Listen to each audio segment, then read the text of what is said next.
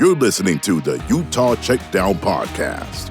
And now your host, Josh Furlong.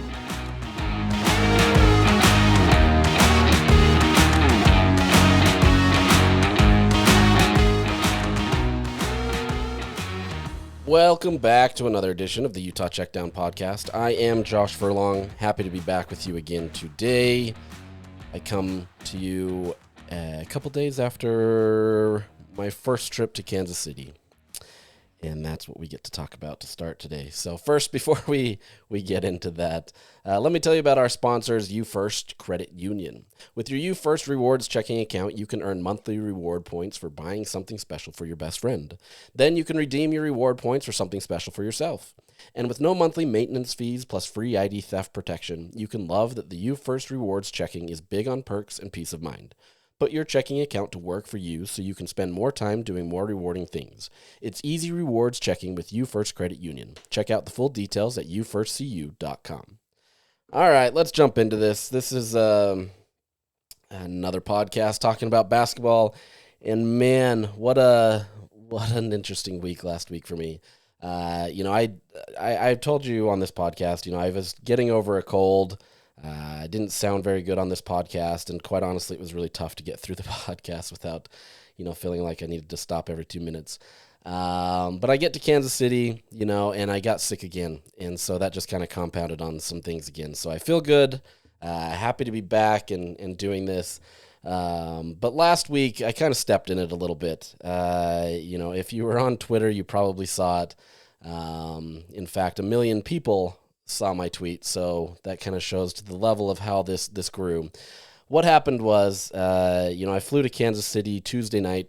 My flight was delayed 3 hours because of a storm, blizzard that was taking place in Kansas City, so just trying to get there was difficult. The intended thing was my flight was going to get there right before the blizzard really hit, which, is always a good thing. But instead, my flight was delayed 3 hours. They needed to find a second pilot. And so that put us right in the heart of the blizzard. Not ideal. And I'm, I've flown a lot simply because of my job, traveling and doing all that kind of stuff. And I don't get too nervous flying. I've experienced turbulence. I've experienced some pretty crazy things. Landing in Chicago where your plane is basically sideways as you're coming into the runway with the wind that's there. But, for the most part, I don't get too nervous on flights. That's not to say there's, some turbulence that kind of jars you a little bit, but for the most part, I'm fine. This landing, however, was probably the most terrifying landing I've ever had. About 10 minutes before we're landing, the pilot gets on the PA system and tells us that we are going to try to land, and he didn't sound uber confident, right? Like it wasn't one of those things like, we got this. It was very much so putting doubt into the mind that this is going to be a very difficult landing. The winds were blowing like crazy. It's snowing. The visibility was a half a mile is what he said. I don't know what great visibility is for a flight, but, it wasn't great visibility. And so, he's trying to land this plane, and we had to kind of circle the runway a few times because it was too windy. Our flight was, moving up and down. It was shaking back and forth because of the turbulence, like pretty raucously. And, every time we'd go down, we'd drop probably, 50 feet or whatever it is. I don't know a good number on that, but you're dropping a lot. I don't know all that went into it necessarily. I do know that as the pilots do go down on the descent and they are landing, there's no more autopilot. This is all on them. And so this is where, they get paid the big bucks, so to speak, to be able to make sure that all of us are safe. And in the very end, we do land, but as we land, our plane turns sideways, and you can feel us skidding on the ice on the runway before they were able to level it out, and everything was okay. It was one of those things where everybody was looking around at each other as we're going down, nervous that this might be the last one. And considering the news of all the planes that have had problems the last little bit, maybe that intensified the problems, right? Like we didn't want to be like the plane that ended up in Canada where you flip on your the head and everything. So anyways, with that context, the reason I'm giving you that context is kind of my state of mind. Not that it really matters at this point. But anyways, we land in the middle of this blizzard, Kansas City. Look, I'm from Utah. I understand you can get pretty bad with snow and all that other stuff. So, that's not the worry to me. It was just more kind of that context. We landed at midnight. Nothing is available, and my hotel is about 30 minutes away once I get my rental car. So, getting there, the roads are terrible, having to drive there and whatever. So, I had just kind of been done with it. I was done with the frustrations that it was. Usually with these basketball tournaments, I'm heading to Las Vegas where, it can get cold, but it's nothing like this. And I was just kind of a little frustrated. So I was kind of in my mood at that point. So at 1:16 a.m. Central Time, so local time where I was at, I decided to tweet that, we decided to be able to have a basketball tournament in a blizzard area instead of having it in Las Vegas, essentially, was the meat of my tweet, right? And, it was more of just a reactionary tweet, me being frustrated. I didn't give any context, I didn't give anything, and it was just thrown out there, right? At 1 a.m, so very few people are going to see it. Little did I know that a lot of people were going to see it. And look, my life lives out on Twitter. I obviously put this stuff out there for the world, and I'm not ashamed of putting stuff out there, right? I don't think I've ever deleted a tweet. Maybe I have, but for the most part, whatever I put out there, it is what it is. And I stand by what I say, and that's what it is, right? So I'm not ashamed of anything that I tweet or anything like that. So if there's anybody that's like, oh man, he probably feels embarrassed about that. Nope, I don't. Just kind of, there was some context there. Well, by the next morning, by the time that I woke up, I had to cover the BYU women's basketball game that morning after getting a little bit of sleep and then having to cover that. I was kind of rocked already. But by that point, by the time I was covering the BYU game, essentially my tweet had blown up. And it only grew from that point forward till by the time that Utah played Thursday night, this had been seen a billion times, right? Okay, a million. But a lot of people had seen this tweet and reacted pretty strongly to it. In the end, there was, 300 plus responses from people messaging me, telling me how stupid I was, how bad of a decision that was to even say that Las Vegas is a destination for a basketball tournament. Kansas City is the best. I had 140 plus retweets / quote tweets. It's hard to fully capture what that is. Regardless, it was a million people that saw it and reacted to it. I was on message boards from everyone, right? Not unusual for a writer. It happens. I had fellow journalists weighing in like Dennis Dodd and Shehan Jayaraja. Both people that I interact with frequently, people that I talk to. But, it added to it where they, basically said that Kansas City is the GOAT of basketball tournaments. So, granted, I was going to the women's basketball tournament, and unfortunately in this world, the women's basketball tournaments just don't generate the same kind of allure that the men's do. I get it. The men's has been, consistent for years, and it's been a great product and everything. Unfortunately for the women's, they just don't get the same support. And so I unfortunately didn't get to experience what's happening this week, where the men's basketball tournament is taking place in Big 12 country. Me and the BYU rider, we decided to split. I decided to take the women's because I was expecting the women's team to go further and potentially challenge for a championship run, whereas the men's, I didn't really expect them to do much. Conversely, BYU men's are expected to challenge for at least a championship run or close to it, whereas the men weren't. So we decided to just kind of divide that way, right? Sadly, this is the first men's basketball tournament I've missed in, quite a long time, maybe a decade. So there's some FOMO happening right now where, I really would love to be there and experience this. But from a logistic standpoint, it didn't make sense for two of us to be at the men's tournament when it didn't make sense, essentially, budgetary reasons. So with that standpoint and with everything, I ended up being the only media member for the women's tournament, at least for the first few rounds. I was left to ask a bunch of the questions as well as maybe some Big 12 staff. which is, unfortunate. These women deserve a lot more respect and getting that. With that said, there was a few games that had a lot of fans show out, especially an Iowa State game. It's a close driving distance, and so you get a lot of people that show out for these types of things, and kudos to that fan base for being able to come out and experience that. Anyways, so as part of this, I didn't get to experience fully what the Big 12 tournament is about. Like I said, the women's tournament just doesn't have the same, so unfortunately I don't get to see that. Well, as part of this, a lot of the debate intensified over Kansas City being the better destination than Las Vegas. And look, I'm not necessarily a Las Vegas person. I don't drink, and so going to Vegas isn't necessarily like the biggest allure to me. I know that's a big point to being in Vegas. Obviously, the gambling, the entertainment. But my point here is, going to Las Vegas, there's an opportunity where you've got your games, and if you wanted to stay there, it's great, right? You can be able to stay and watch the games. You're all in the same venue. So, for example, when it was in the MGM Grand, you could stay at the MGM Grand or the likewise properties, New York, those kinds of things, be within walking distance. You're all in the same spot. The teams are all in that same spot. They don't have to go anywhere. This is kind of this one-stop shop for everything, right? And so you can get the full basketball experience. And, from a Utah side, when Utah was really good, the Utah fans showed out, and there was always a rivalry between trying to show out against Arizona fans, which always, beat everybody.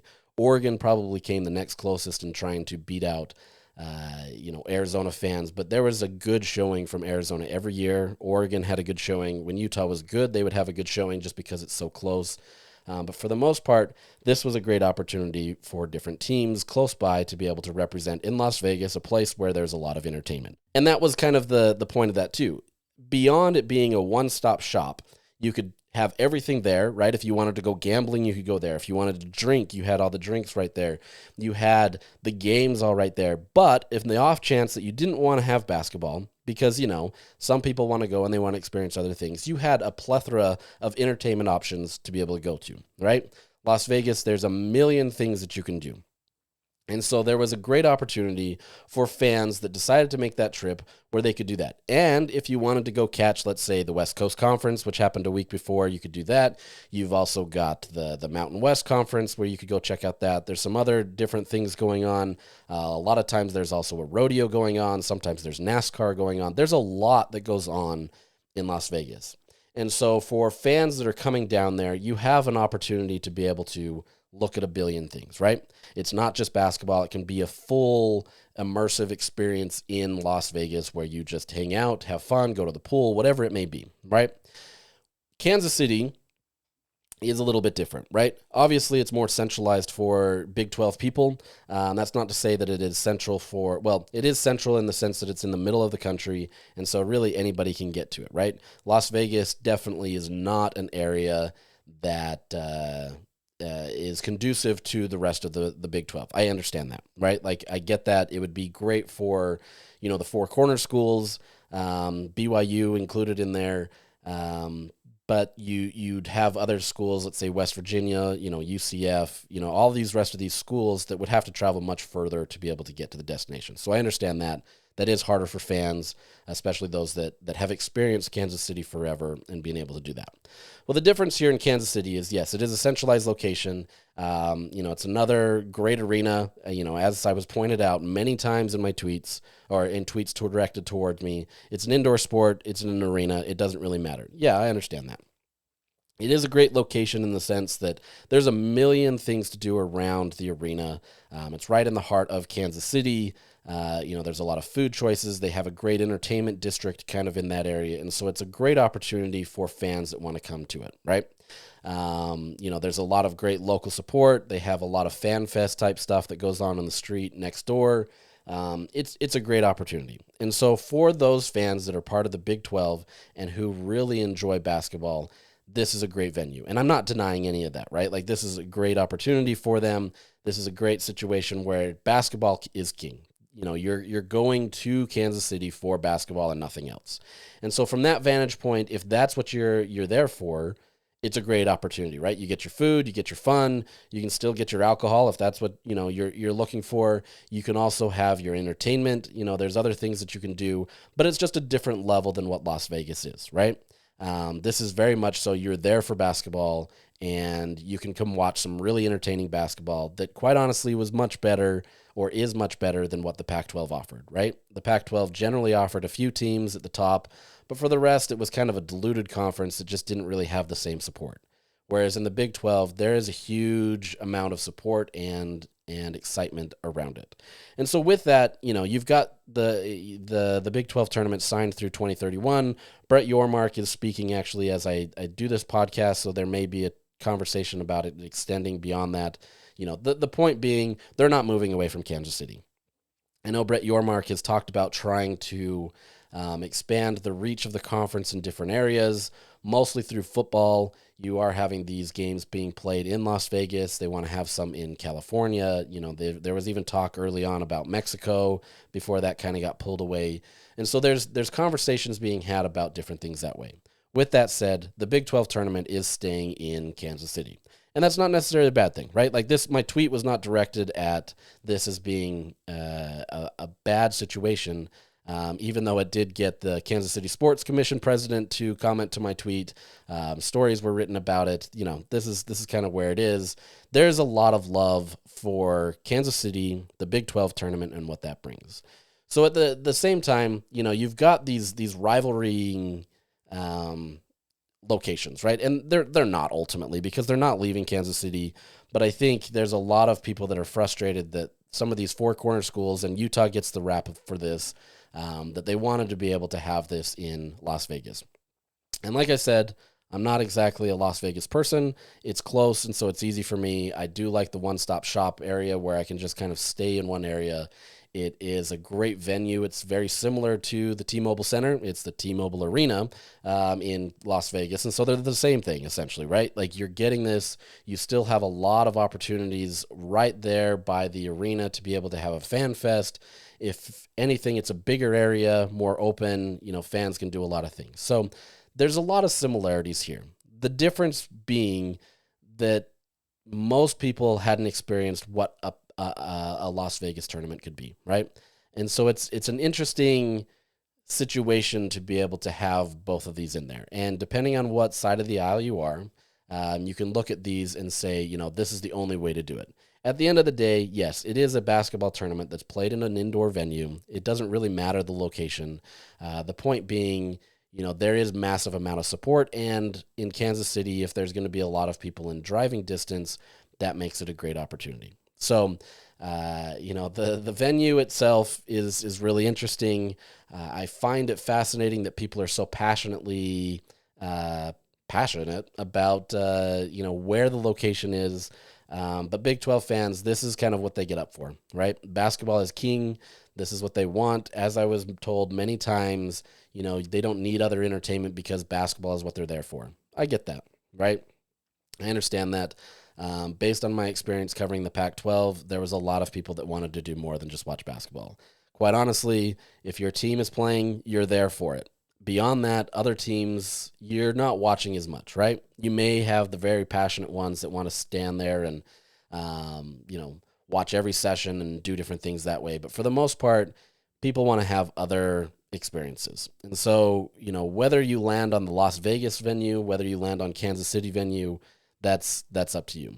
One thing I will say as part of this is, and this was tweeted today by Jeff Goodman, he tweeted a picture of where the media was put up in Kansas City. And for the women's tournament, I had great access. I had very similar access to what I had at the Pac-12, where you're right on the baseline and you're able to see the game in a much better situation than, quite honestly, I get at the University of Utah, where I'm up a few levels at the top of the concourse, and I'm kind of removed a little bit from the game. Tournament time is a great opportunity because you get to be able to be on the floor. You get to be able to see these teams, see how they're reacting. Years ago, I got an opportunity to cover, Utah when they were in the Sweet 16. I'm watching Utah contest against Duke, and I'm sitting, a few rows away from Mike Krzyzewski and Larry Kraskowiak, going at it and being able to coach for their lives in this game to head to the Elite Eight. And for me as a media member, it's obviously a great experience for me. I loved basketball. That was a great opportunity to be able to kind of be in that mix and be able to see it. But more than anything, as a media member, my job is to be able to be the middleman for you as a fan. And the more context that I can give and the more opportunities that I can help you understand the situations behind something, the better. Unfortunately, our media landscape today is very different than what it was even then, where there's a lot of people that are just trying to get clout. They're just trying to be the first person out there to put it on Twitter or Instagram or any social platform, right? They're trying to chase clout, and they're trying to do different things that way. They're trying to get videos that go viral so that they can kind of build their own brand and do different things that way. And so you've lost a lot of what real true journalism is, where you're trying to be kind of the middleman for the fans, where you're the one that gets the special access to be able to see things and give fans something that's different than what they can watch on TV. Unfortunately, what a lot of journalism has turned into is just basically rewatching what everybody else is watching, trying to do something that way. Yeah, you get to talk to the coaches and the players after, but even then, there's a lot of people that don't want to ask the tough questions, right? The whole point of this is what I'm saying is when you get that close access, you get another experience on how the game is played. For example, watching Mike Krzyzewski on TV, you don't get to watch the full experience of his emotions, right? Sometimes he looks pretty passive. He just looks like he's sitting there and letting his players do things.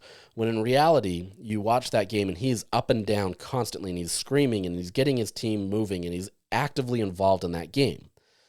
That gives me great, we call it color, right? You give you some more of the narrative to be able to put in there where I can explain the situations, where I can understand what he's saying because I can hear him yelling to his players and saying, do this, do that.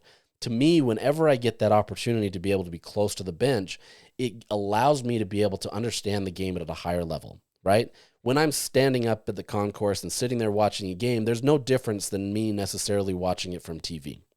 I can see some things, and sometimes TV actually provides a better view because you get some things that are said that I can't see from my vantage point. But when I'm down there on the floor and I get an opportunity to have that, then I get to give you guys the context. And so when we get that context, you guys win as fans because then I can provide you more information. Yes, there's sourcing and other stuff that I do that can kind of get there, but that's a lot of work to be able to get something that is still sometimes speculative. When I'm sitting there close to a game and you get to understand things at a higher level, then it allows my reporting to be better to give you guys the interest there. Coming full circle here, the Jeff Goodman tweet, he showed that they were very high up because there's a lot of people that are in there. There's a lot of people, that they want to sell out a lot of these venues and they want to give it to high donor people to put them closer to the bench, and then you shift the media all the way to the top. There's no advantage to going to Kansas City because there is, your fan base is way high up or your media is way high up, right?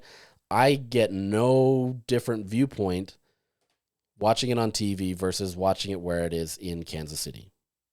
Whereas in Vegas, and look, this is a difference, right? Like if the Pac-12 had a larger fan base in terms of support, this would have been a similar situation. So I'm not trying to dog this in the situation on Kansas City, but this is what the nature of it is when you start getting more support, you lose access to the people that are doing the job. Yeah, we've got the post-game press conferences, but anybody that's been to a press conference understand that that's just the tip of the iceberg, right? You're just getting really basic stuff that don't really matter. You want to be able to get the insight that helps. And so I think from that vantage point, that is missed, right? You miss that opportunity where I would say it's a more intimate experience where you get the opportunity to understand what's going on fully. And so anytime you push the media out, you lose that. It becomes a disservice to the fans. And that's the point of this, right? Like, I know nobody's going to cry for the media, and that's not what I'm trying to say here. But I think at the end of the day, we keep putting these situations out where the media gets tossed aside, right? And then as a relation to that, you as a fan don't get to be privy to the information. All through the football season, for example, I had a million people tweeting at me to be able to get different information about different things, right? Easier said than done. But when there's opportunities where, we get to watch practice, and I'm not saying, that we got all the great insight from practice, but I think when you get little things like that, little things that allow us to have an inside look at what is going on with a program, it gives you as a media member the opportunity to be able to know firsthand what's happening. I can get the general vibe of a team. I can get the general sense of how things are going, right? Instead, you just get the boilerplate stuff of the coaches sitting there saying what they want to say. And so then things get diluted down to whatever the fans want. How does this all relate to Kansas City and everything and the debate that there is? I don't know, right? Like, it all comes kind of full circle. The point that I'm trying to make is, it gives you the opportunity when you have something where you can kind of be close to the environment. That helps, right? And so then the reporting helps that gets the interest, that gets everything going on. So wherever you stand on where this tournament should be played doesn't ultimately matter. It's in Kansas City. It's not changing. I stepped in it a little bit and found out how passionate Big 12 fans are, which I love. I love that Big 12 fans are passionate, because you did not get that in the Pac-12. You had a few fan bases, like I said, Oregon, Arizona, UCLA if they were good. Utah, when they were good, obviously was involved in that. There's much more passion. And I think that should be something that Utah fans should embrace, especially as you're hoping that this new era of the Utah basketball team will improve. And you can be involved in that mix, and you can go down to Kansas City and enjoy it the same way that everybody else is. I can't imagine there's a lot of Utah fans heading to Kansas City this week, just simply based on kind of the nature of where this team is at. And so I think this will be a fun opportunity where, look, whether it's played in Las Vegas or Kansas City, I don't think it matters. I think if Utah becomes good, there will be a lot of fans that want to embrace Kansas City. It's a great town, right? Like, I'm not trying to say any disparaging things about it, because it is great.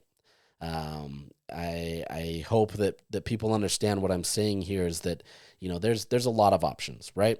And I think there's reasons why different conferences have moved things around, because they want to try to get some excitement in different areas, right? The Big Ten is going to Las Vegas for one season to be able to kind of help cater to some of the fans on the West and kind of move that around and be able to keep it so that there's other fan bases that get interested in it, right?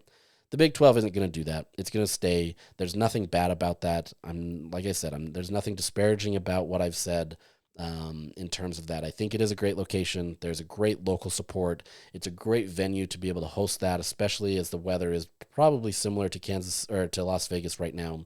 It's a great opportunity. So we'll leave it at that. That was a lot of conversation about all that. Kind of went a little sideways sometimes. I'm sorry for that. But let's jump in a little bit to the Runnin Utes preview. The Runnin Utes do play tonight if you're listening to this on Tuesday. This is their first round game against UCF.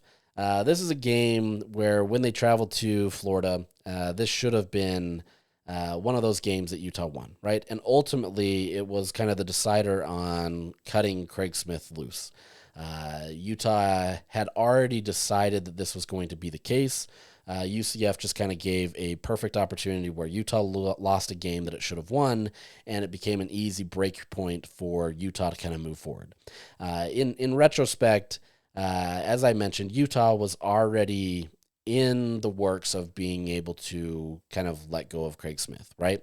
I think beating Kansas and Kansas State kind of delayed the inevitable, simply because you can't really fire somebody. You can, right? Like, you can, but it would be bad optics to be able to fire somebody immediately after two big wins. And so losing to UCF gave it easy opportunity to be able to say, okay, we're done. The reasoning for that essentially is there was a lot of conversations had behind the scenes with Alex Jensen to see if he was interested. The boosters, were excited for this. They wanted to be able to make sure this worked. And so the timing of this made sense to be able to hire Alex Jensen, knowing that he was your number one guy, but at least knowing that he was number one guy, that you knew going into it that it was going to be much easier, right? This wasn't going to be one of those things where it was a hope and a prayer and you were going to let go of a guy without really knowing what the outcome is going to be. And so this is kind of, I don't know if you want to call it the retribution game. I don't think there's anything to this at this point. I think there's, Utah is just trying to do whatever it can to maintain its season as long as it can. Somebody like Gabe Madsen, a Lawson Lovering, they want to be able to play as long as they possibly can. And so this is an opportunity for Utah to be able to kind of keep that dream alive. The reality is unless Utah goes on some miraculous run, obviously there's no NCAA tournament bid.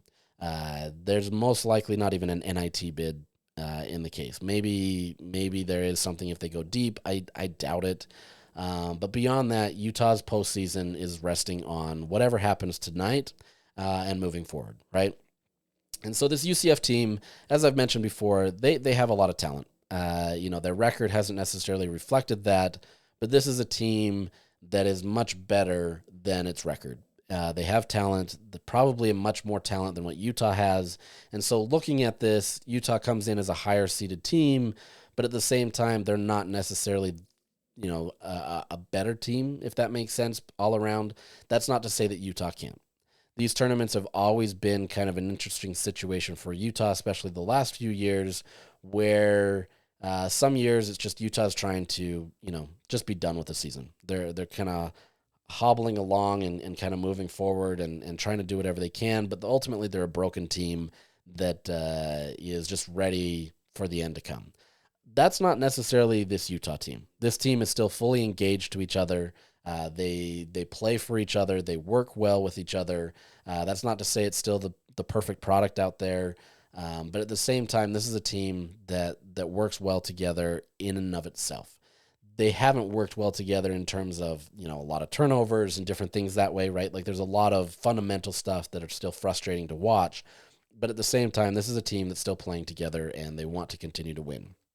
So with that being said, I expect Utah to be able to put forth their best effort. Whether that's actually going to matter, we'll see. You saw them come into an emotional game against BYU, and they played really well in the first half and did what they could to be able to beat a BYU team that started 0-13 from three-point range, right? And even then, once BYU started to hit those three-pointers, it kind of changed the game. But Utah fought to the very end, right? They got down by 14. It looked over. I mean, there was no hope in that second half necessarily, and yet Utah continued to fight, got it down to 7, found a way to be able to continue to stay engaged. But the point there being, this is a team that, unless they ultimately just want this season to end, I really do believe that they're going to try to go into this game and fight. Now, with that said, I could see it being one of those things where if early adversity hits, Utah just kind of says, we're done. We're going to mail it in, look to our future. Some of these players are going to look to transfer. They're going to look to kind of make sense of what's going on with a new coaching staff. Others are graduating, and, this is the end for them. So curious to see what this game entails. If Utah does beat UCF, they will meet up with Kansas tomorrow night. Yes, you have beat Kansas before, but I think this is a tougher task for Utah. Once again, this team has to play near perfect. It doesn't have to be fully perfect, but at the same time, like you have to get a full team investment, and you have to play as a team. You got to move the ball. You've got to work together, not turn over the ball. That's how this Utah team wins. And if they can do that, yeah, they could make a run. Yeah, you can beat UCF. You can beat Kansas because you have before, right? You're not going to have your fan base there to support you in the sense that it was at the Huntsman Center, a great raucous crowd that's going to kind of be behind you. You're going to have a far different environment where Kansas is going to be the one that's going to have more fans in Kansas City and being able to support it. So you're essentially playing a road game that's going to be a very tall task. Man, I can't even say what I just said there, but a tall task for Utah. But assuming that Utah can get past UCF and Kansas, you then run into the gauntlet that they've always run into, and that's Arizona. So a run isn't necessarily in the cards for Utah. But look, any extra games that Utah can get, great. If you can get to the second day, that's a great opportunity for Utah because quite honestly, they just don't do that lately. They've come in and they haven't been great in these tournaments and they lose in the first round. Even when they're picked as the higher seed, they find a way to squander it. Similarly to what the women did last week, come in with these doubt us t-shirts and ended up being doubted. So it wasn't a great look. It's one of those situations that didn't bode well for Utah. So curious to see what happens tonight. Beyond that, it turns into the Alex Jensen era, right? I know a lot of fans have already turned into that. They really want to see what's going on there, just kind of end this season and move forward. Alex Jensen is going to stay with the Mavericks to the end of the season, but the way that the Mavericks are playing, there's really no hope for them to get in the playoffs, barring some magical run.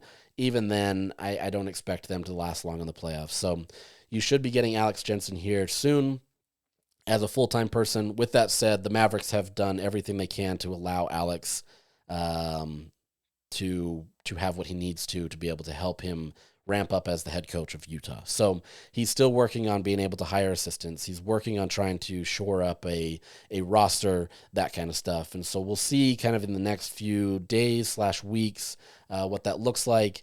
We still haven't gotten a formal press conference with him. I am assuming, based on conversations that I've had, that wouldn't happen until after this tournament run. It's kind of tough to be able to do that when Utah is still fully invested in their team.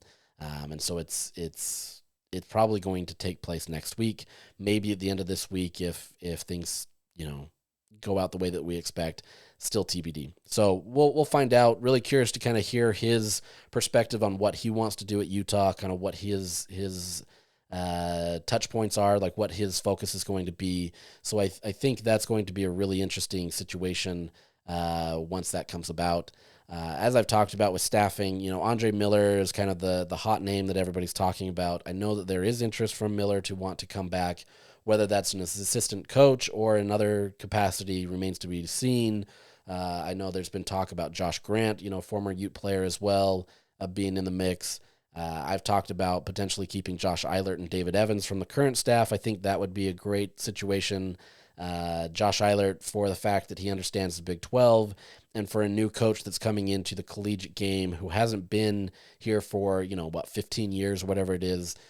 You need somebody that understands the Big 12 at a high level. Not saying that Josh Eilert is the only guy that understands that, but if you can get a guy that's been in the Utah system for a year, understands kind of the Utah culture a little bit from that experience, understands what is going on there in the Big 12, I think that he becomes a valuable asset if he wants to stay. And what he's able to do with coaching, the players, I think has been a great situation. He's a beloved coach. I think he, has the opportunity to be able to be a great asset for Utah if they want. And then, lastly with David Evans, he's been in the state for a long time. He's coached a lot of players at the high school ranks. He understands the environment here. He understands recruiting at a high level. Also is a great coach in just being able to help players and help them develop and be improved in what they do. I think you could round out that coaching staff with guys that Alex Jensen knows and trust, whether that be Andre Miller or some other guys. But you also get some current guys that will be able to help you that way. So fascinated to see how this goes. I'm going to keep this one a little bit short today, but I want to look forward to kind of looking at the current roster in a next podcast and see, who would be the most valuable assets to keep. I've given my list, just kind of top of mind of who I think Utah should go after, but I think there's, looking at these advanced stats where you could kind of see who becomes the most valuable. And if Utah is going to operate this in a similar vein to how football does, where you value certain positions or value certain things, and then you put a monetary value to that, I'm curious to see what Utah does. Obviously, that's going to be dependent on how Alex Jensen approaches the game. Is he going to go, bigs heavy? Like Craig Smith really wanted to be able to have post players. He wanted to have those guys where you could work inside out, right?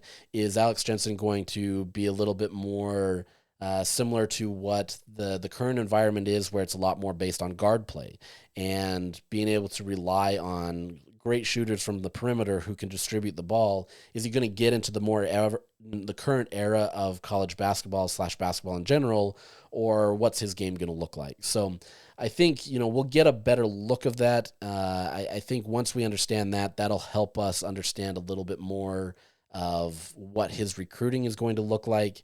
I will say that as part of this, having him rebuild an entire roster of 15 players is a tall task, right? Like trying to be able to rebuild that and then get Utah to be competitive in the Big 12 next year and challenge for an NCAA tournament berth, that's a tall task. And so they've got to put some interest / effort in trying to maintain some of the guys that are currently on the roster just for some consistency's sake and stability. But that also goes both ways, where these players are going to enter the transfer portal. They're going to look for their best options, and they've got to do what's best for themselves as well. So really curious to see what Utah does here, what the players do, and we'll kind of see what happens there. But for the most part, there's still a lot to go. We'll talk about these things, and we'll get into the numbers and break it down a little bit more to kind of see who would be some of the more valuable assets to keep.